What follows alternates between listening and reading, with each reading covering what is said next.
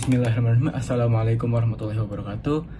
Perkenalkan, nama saya Yusuf Anabil dan saya akan melakukan remet fisika yang telah dimulai oleh teman-teman saya, rekan-rekan saya, Faithul Fatan dan Rifki Ramadan.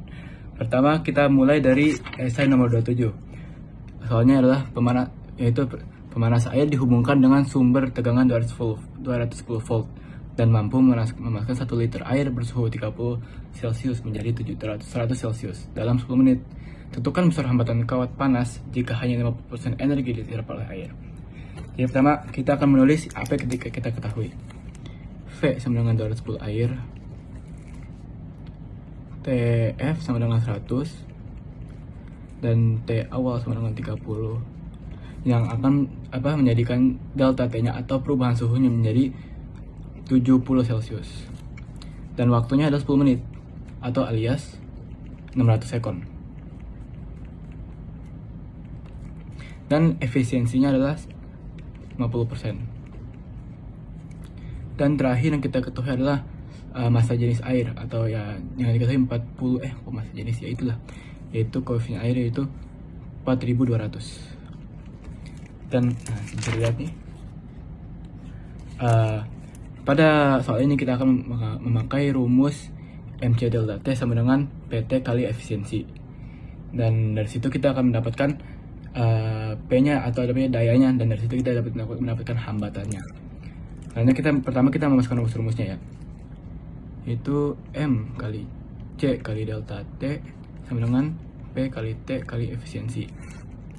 Kita masukkan jadi 1 kali 4200 dikali 70 Celcius sama dengan P dikali T itu 600 sekon dikali dengan efisiensi 5% atau setengah. Kita jabarkan semuanya itu dan mendapatkan P sebagai 980. Bisa dilihat di sini. Dan dari situ kita bisa jabarkan sebuah rumus dari P sama dengan V kali I. Jadi untuk menjadi hambatannya menjadi P sama dengan V kuadrat per R. Dan dimana kita ketahui V kuadratnya itu V-nya sama dengan 210. Jadi P sama dengan 210 kuadrat per R-nya R sama dengan 210 kuadrat per P yaitu 980. Dan dari situ kita mendapatkan hasil yaitu R sama dengan 45 ohm. Saya lihat di sini. Dan selanjutnya kita lanjut dengan soal kedua, yaitu rangkaian RLC terdiri dari R sebagai resistor yaitu 75 ohm, induktasi sebesar 3 Henry, dan kapasitas sebesar 10-6 Farad. Tentukan frekuensi sudut sumber listrik AC yang memungkinkan impedensi sama dengan 125 ohm. Pertama terus apa yang kita ketahui? R sama dengan 175 ohm, L atau induktansi sama dengan 3 Henry, dan kapasitas sama dengan 10-6 Farad. 10 kali 10-6 Farad. Atau kita bisa jabarkan menjadi 10 pangkat min 5. Dan yang kita ketahui juga impedensinya atau Z-nya sebagai 125 ohm. Dan yang apa yang kita akan ingin cari yaitu sudut sumber listrik frekuensi sudut atau W atau omega. Itu yang ditanyakan. Bisa dilihat di sini, ini apa yang diketahui. Selanjutnya kita akan memakai rumus dasar yaitu Z kuadrat sama dengan R kuadrat ditambah XL min XC kuadrat. Kita masukkan jadinya 125 kuadrat sama dengan 75 kuadrat ditambah XL min XC kuadrat.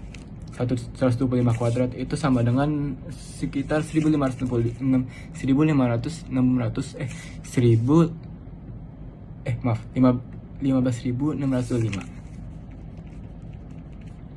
Dan 75 kuadrat sama dengan 5.605 tambah XL min XC kuadrat itu sama dengan sekitar 1525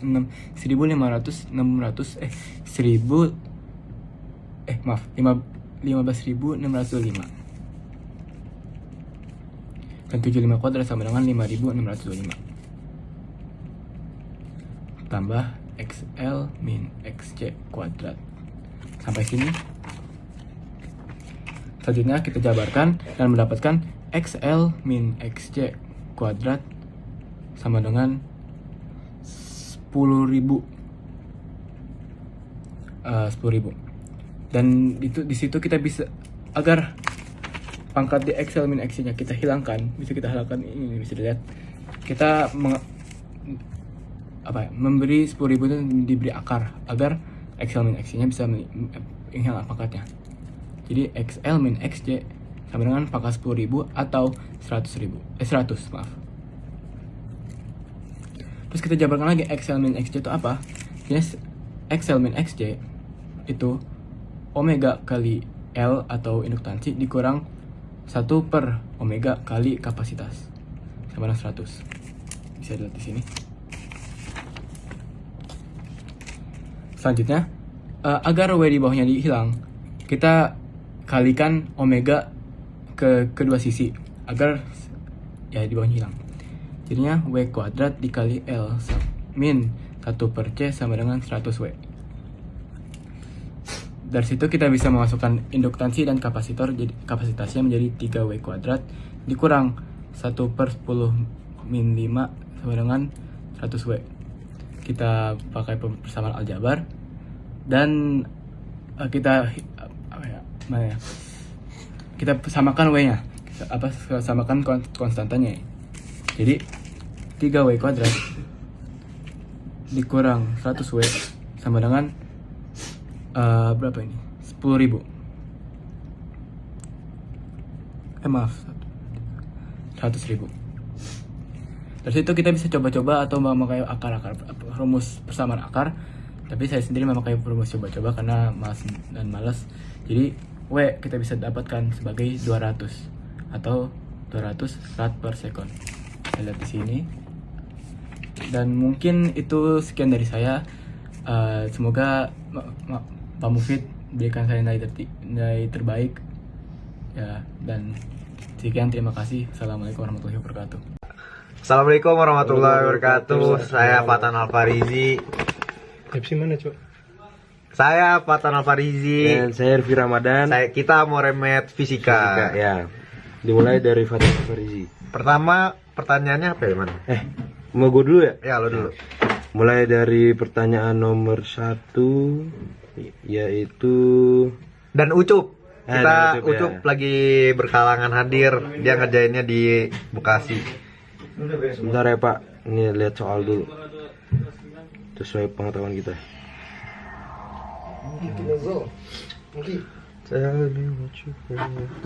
Nggak buat video. Nomor 26 yaitu mengapa ketika ruang antar ping di sisi dielektrik kapasitor dapat menyimpan lebih baik muatan, dan jelaskan peristiwa yang terjadi. Jadi dari riset saya, kapasitor terdiri atas dua kutub atau setidaknya akan terpolarisasi di dalam rangkaian. Saat kapasitor dalam rangkaian telah terhubung dengan sumber tegangan searah, maka beda potensial saat itu juga langsung muncul antara kedua keping kapasitor.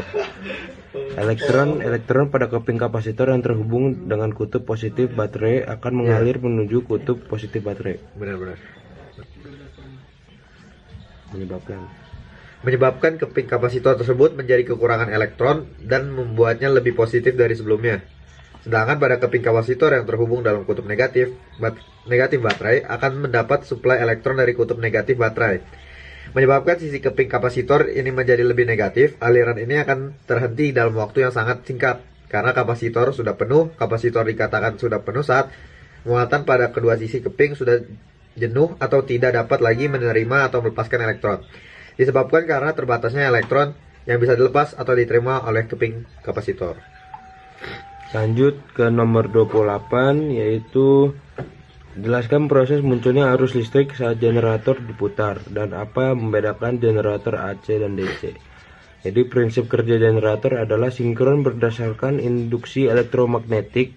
Setelah rotor diputar oleh penggerak mula atau prime mover, maka kutub-kutub pada rotor akan berputar, dan apabila kumparan kutub disuplai oleh tegangan searah pada permukaan kutub, akan timbul medan magnet yang berputar dan akan mengalir listrik.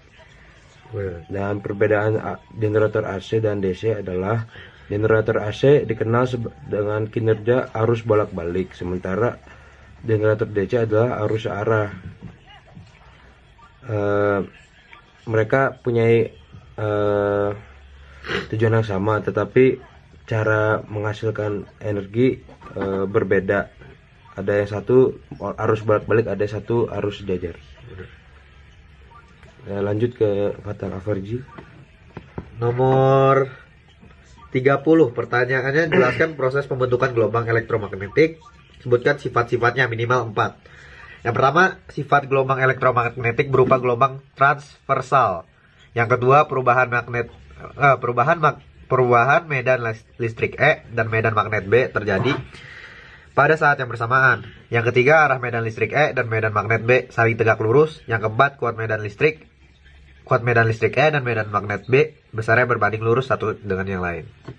Baik, sekian dari masih abis ini Ucup. Ya.